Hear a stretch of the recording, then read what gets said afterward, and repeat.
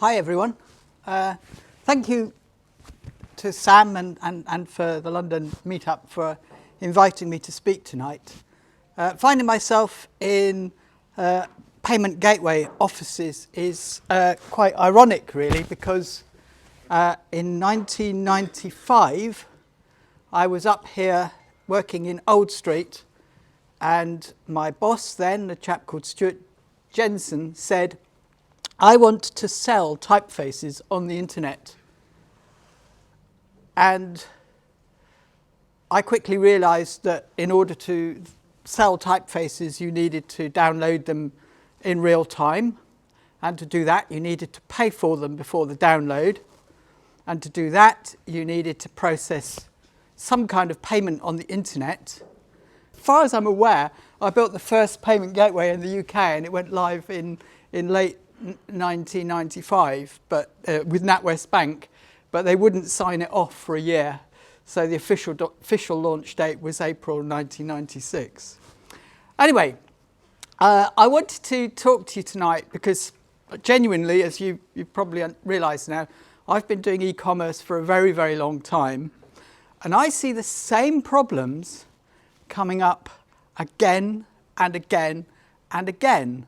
So you might think I'm going to do a deep dive into Magento, and I'm not, because what I want you to think about is the other stuff, the stuff that seems to slip through the net every time. I'm reminded sometimes of that old thing where the London bus gets stuck under a bridge, and everybody's wondering how to lower the roof of the bridge, the roof of the bus, or raise the bridge or something. And a little boy comes along and says, "Let the tyres down."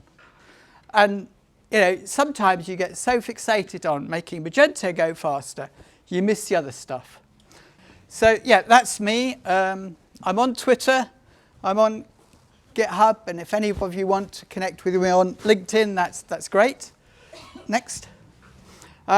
E-commerce architect for 20 years. I'm a Magento architect and merchant, because I actually have my own business which I run on Magento. So I'm talking sometimes as a merchant rather than an e-commerce employee of eBay. And I would say that tonight I'm here in a personal capacity, so the opinions that I express tonight are my own and not my employer's. I was working for Ordnance Survey up until recently, and joined the Enterprise Consulting Group at Magento in this June. ECG, we offer analysis, we offer architectural advisories, code audits, performance reviews and health checks. So who's here tonight? Can I have a show of hands? Who's merchants? Nobody? Who's developers? Okay. Who's third-party integrators and stuff like that? Cool. Okay, well, some of you guys probably know more about Magento than I do, which brings me to some of the facts and figures in this presentation, because on my way up to London today, I checked my presentation, which was on a USB stick, and the USB stick died. And the one thing I forgot to do was transfer it to my laptop. I normally always have 2 copies, but this time I forgot. And so I've recreated the slides this evening, which is one of the reasons why I was a tad late, from memory. So some of the facts and figures might be a tiny bit out. Okay, so I'd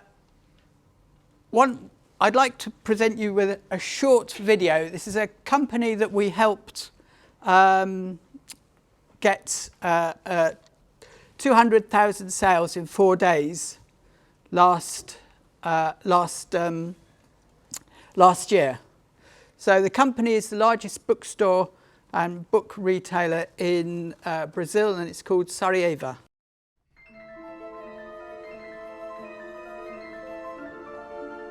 Joaquim Inácio da Fonseca Saraiva is my great-grandfather.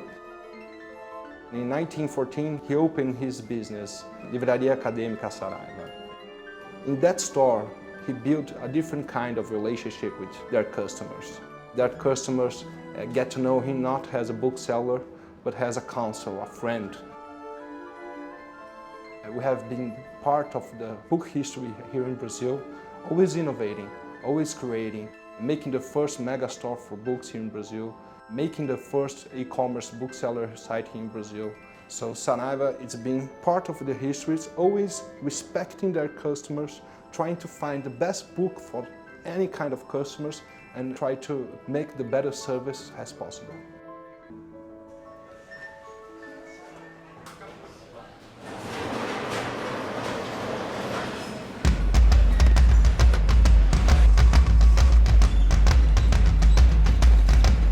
The future for Saraiva is not only to be a bookseller, but a multi-channel retailer and retailer that works with several kinds of categories. We started all these multi-channel investments since 1998 when we started our e-commerce operation. Today our e-commerce represents 30% of our retail business. The most important, during all this time, we have both channels growing. So both channels have a steady and consistent growth during all these years. We are one of the top 10 e-commerce websites in Brazil. We need to be very flexible and very fast to respond to the market. Last year we decided to make another website. We started thinking about an open source platform. We decided to choose Magento because it fits very well with our needs. When I think about Black Friday, it was the most busiest day for e-commerce in Brazil. With Magento Online, we reached 40% more visitors. We reached almost 200,000 orders in 4 days. Our organic traffic has increased almost 45%. Our mobile traffic has increased 130%. Our conversion rates has increased almost 24%.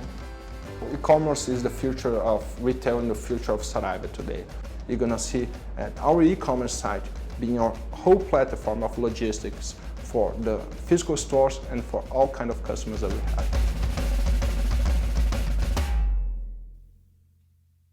Okay, so how do you do that? How do you get 200,000 orders in 4 days without things falling over? And will you achieve the magic 1 second or sub 1 second load time during peak? In my time with Magento, I've noticed working with Magento, or actually I should say my time working in e-commerce, I've noticed the same problems come up over and over again. Very often they've nothing to do with Magento. It's more to do with infrastructure, poor configuration, poorly optimized content, those kind of things, the things that people don't actually think about. My granddad was on the North Atlantic convoy, and that was a pretty grim place to be. So he knew only too well the adage that the speed of convoy is the speed of the slowest ship. And it's the same with e-commerce. So, how fast is your infrastructure? Start with your firewalls. Believe it or not, I've seen over and over again firewalls that are constraining traffic. They're either underpowered, they're too small, or they're badly configured, and they just get overlooked. The network works.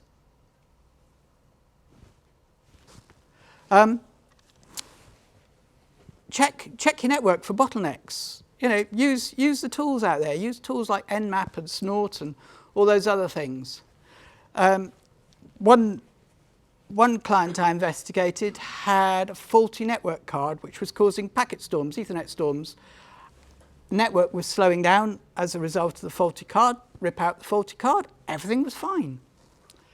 Simply upgrading from 100 megabits to 1 gig on your back-end infrastructure, the connection between your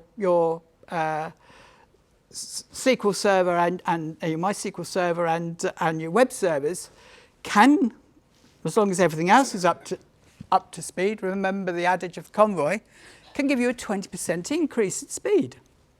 Are your servers resource constrained? Check the volumes. What's the I/O performance? Another client I worked with had a huge SAN, and everything went on the SAN, including the Magento databases. But that was the key. Everything went on the SAN. There were over 100 systems accessing the same SAN. Okay, it was huge, but it wasn't up to the job. And when we looked at the I/O traffic on the disks, it was as choppy as heck. So they'd overlooked it. Okay, is Varnish caching correctly? Varnish out of the box won't cache Magento.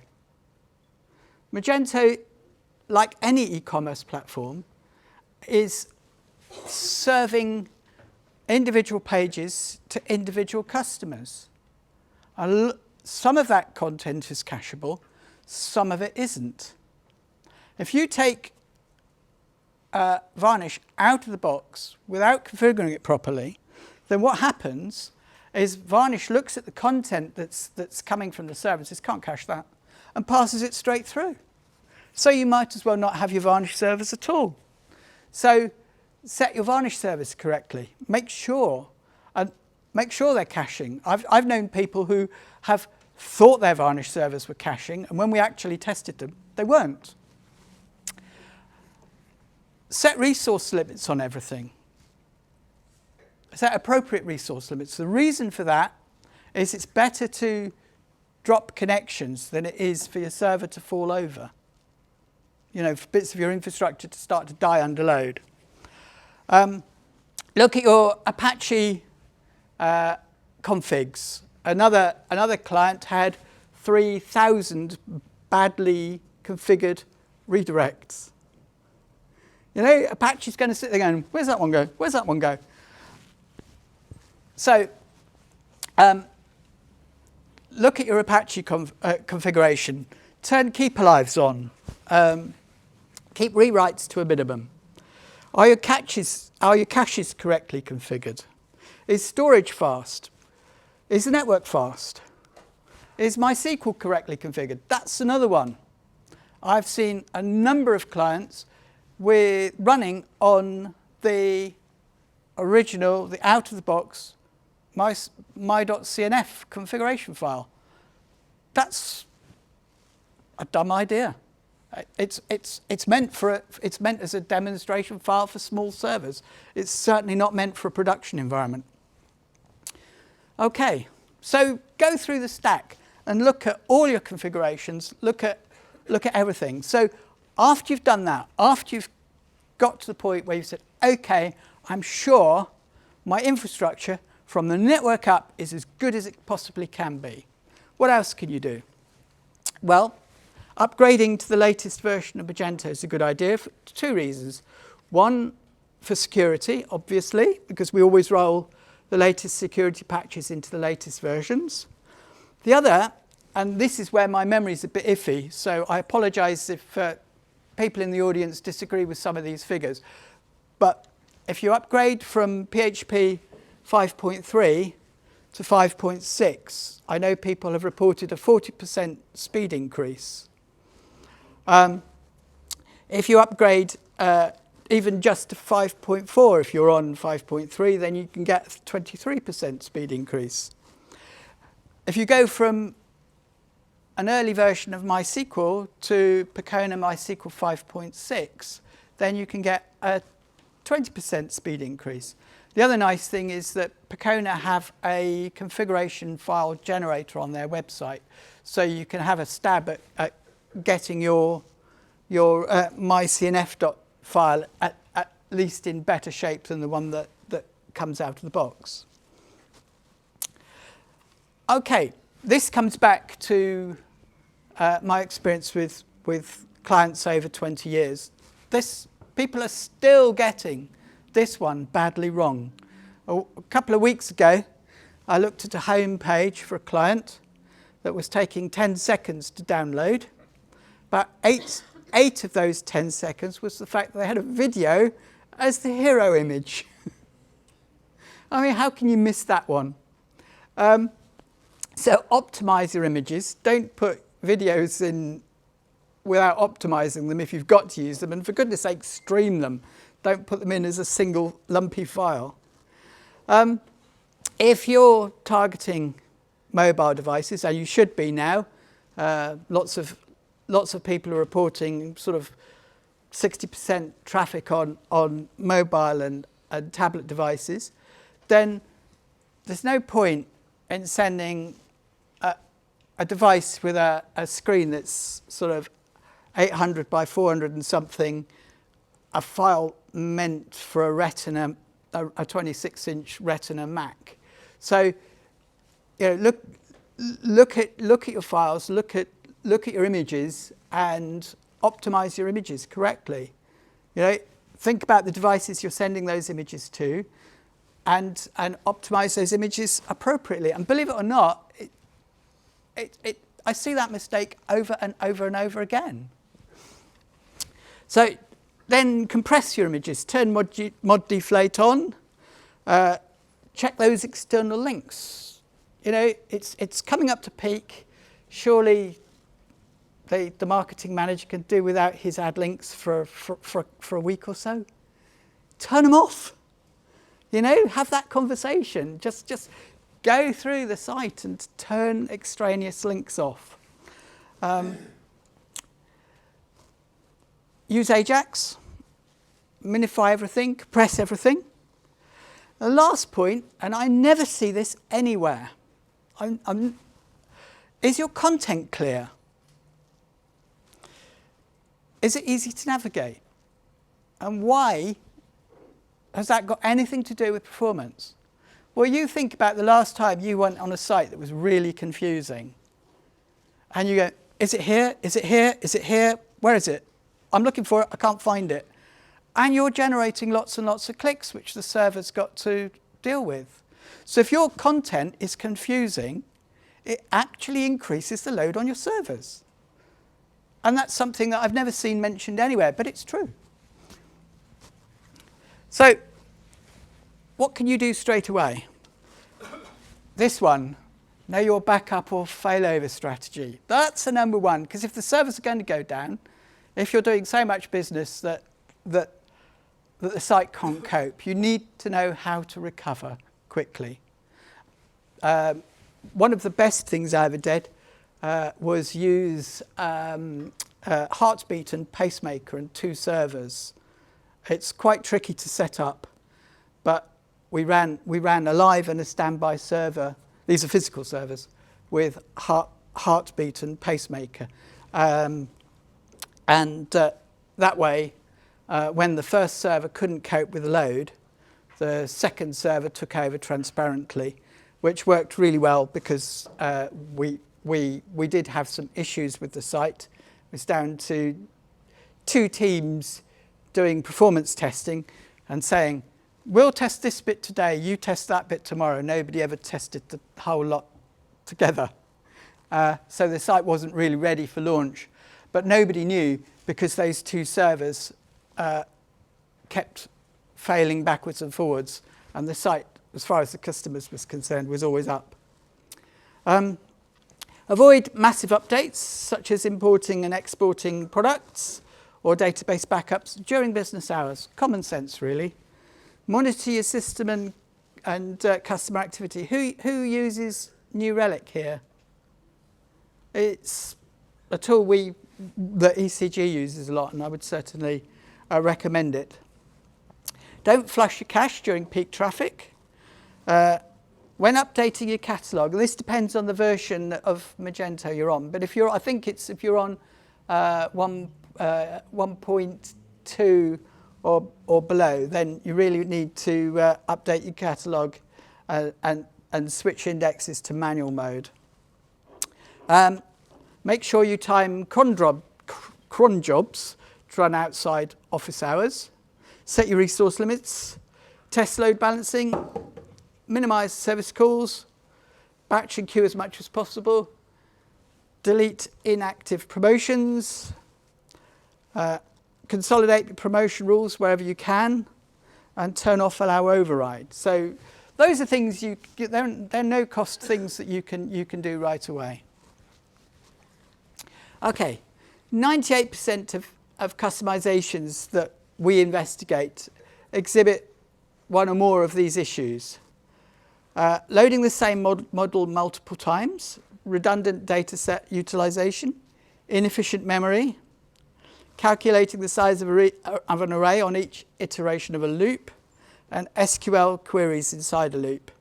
And there's a link there to a performance of the 5 most common Magento coding issues, which if you're not aware of it, you might like to look at.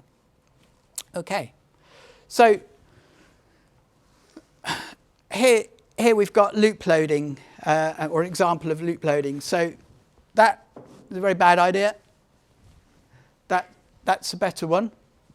Next. Inefficient memory.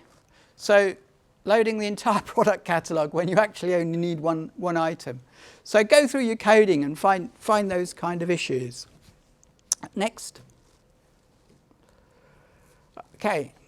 So as I mentioned before, schedule cron jobs to run out of hours. Next. Be mindful of resource-heavy actions, like reports and mass updates, and just don't do them all at the same time. Make sure all your caches are enabled. Make catalog updates outside business hours. And as I mentioned earlier, if you're on Enterprise Edition 1.12 or lower, performing reindexes in manual mode is a good idea. Okay, next one. And the other thing you can do over peak is investigate perhaps even the short-term use of a CDN. Because that way you get your data closer to your customers, and it can help considerably. It also protects you to some degree from malicious users. Okay, next. So that's what you can do this year. What about next year? I've kind of included a few slides on M2. I know you've all been waiting for M2 for ages. It will be out by the end of the year. It's up on GitHub now, and we're taking contributions, so go for it. Have a look at it, kick the tires, look at the documentation, have fun.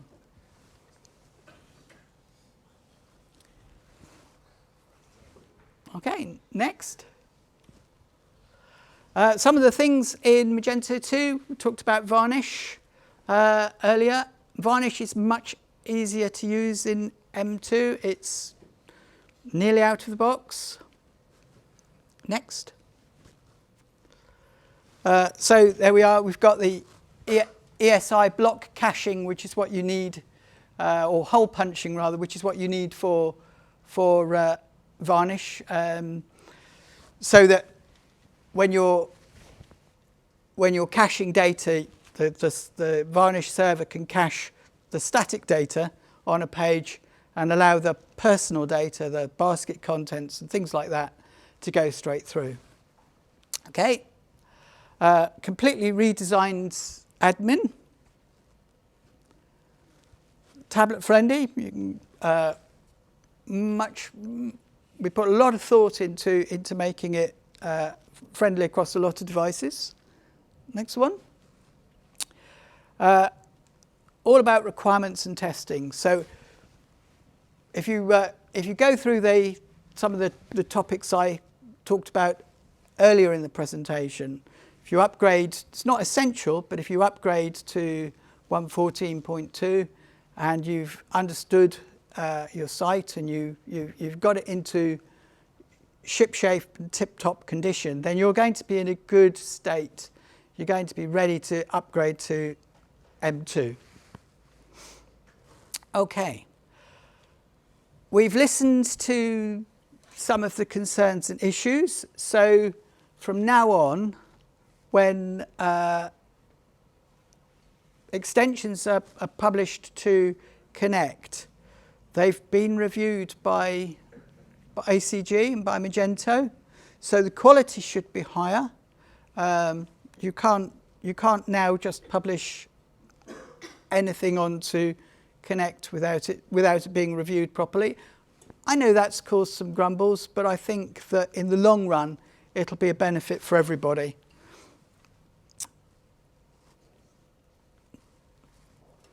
This slide's out of date. There are two two M2 sites that are now live. And we've got, I think it's about another 12 or 14 Magento beta sites that will go live shortly. So I know you've been waiting a long time, but it's finally very nearly here. We will obviously help you.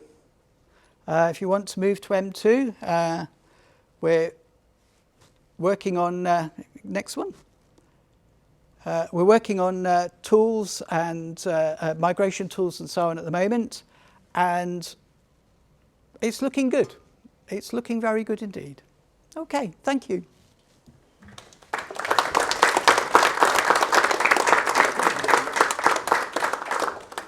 Can you share the current customers who are live on M2 at the moment? I'm not sure I can. Right, okay. Sorry, I've got a loud voice. One of the problems of doing your presentation on the train on the way up is that none of this has been cleared. Could I ask a question also? But genuinely, there are two sites that are currently live. And the Connect Marketplace, you mentioned that all extensions will be go through a validation process Yes. with ECG. It was my understanding that not all extensions would go through. However, there would be an option with a badging, so verified by Magento. It will be clear. Yeah, it will be clear which are approved extensions, but I believe everything gets looked at. It's not a mandatory part of submitting a extension to the M2 Connect Marketplace. I'm not sure, to be perfectly honest. Okay. I mean, we are finalising things at the moment, but the idea is that the quality of the extensions will be a lot higher because most of them are reviewed. Does that include themes? I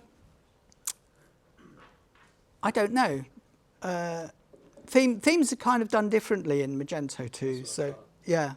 I think they would have to create a whole new suite of themes. Yeah. Yeah, you will. Themes do work differently. Anything else, anyone? So, Have there been any performance comparisons of a M2 site to a regular site? Yeah. M2 is faster, and the roadmap for M2, I understand, will allow much larger catalogues than is currently the norm. So there are some really cool things coming up. As I say, unfortunately, we're the wrong side of the official release date, which will be before Christmas, or before the end of the year. So I'm not quite sure how much I can tell you. I know that's a bit frustrating, but... Thanks for that. It was really useful. One of the things you mentioned in the slides was talking about the magic 1 second page load time. Yep. Which sites are kind of getting close to that? Because I'm struggling to see sites that go below 2, and obviously the 1 second is. And why is it magic? Maybe that's the low. Oh, okay, yeah, all right. Well, it's kind of the holy grail, isn't it, for marketing?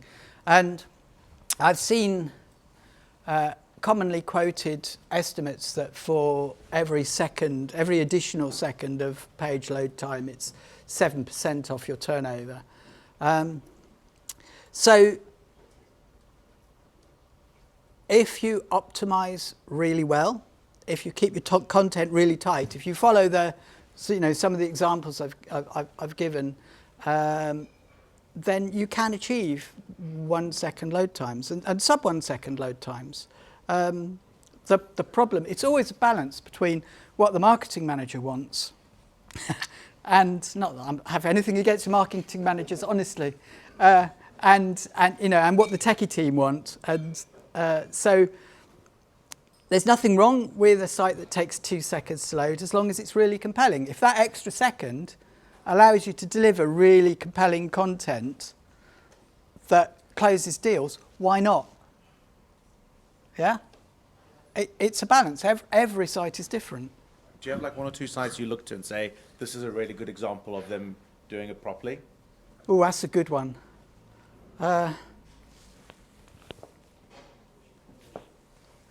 Well, Sarajevo's, the example I would give. I'm quite proud of the Ordnance Survey website. I wouldn't say that that's done properly all the way through, because there were quite a number of compromises that had to be made. But we certainly, for instance, Ordnance Survey sells a downloadable map. You click on a point, and that's the centre of a map. You choose it. It's digitally, so you get a day or so later in the post arrives a digitally printed map with your postcode or the point you clicked as the centre of the map. And when we took that away from and put it on Magento and optimised the user journey, optimised the speed, made it work with, because it used Silverlight previously, so it didn't work on a lot of mobile phones and tablets and things. A lot of computers, yeah. So we stripped all that out, optimised it as much as we could, and the sales went up by 600%.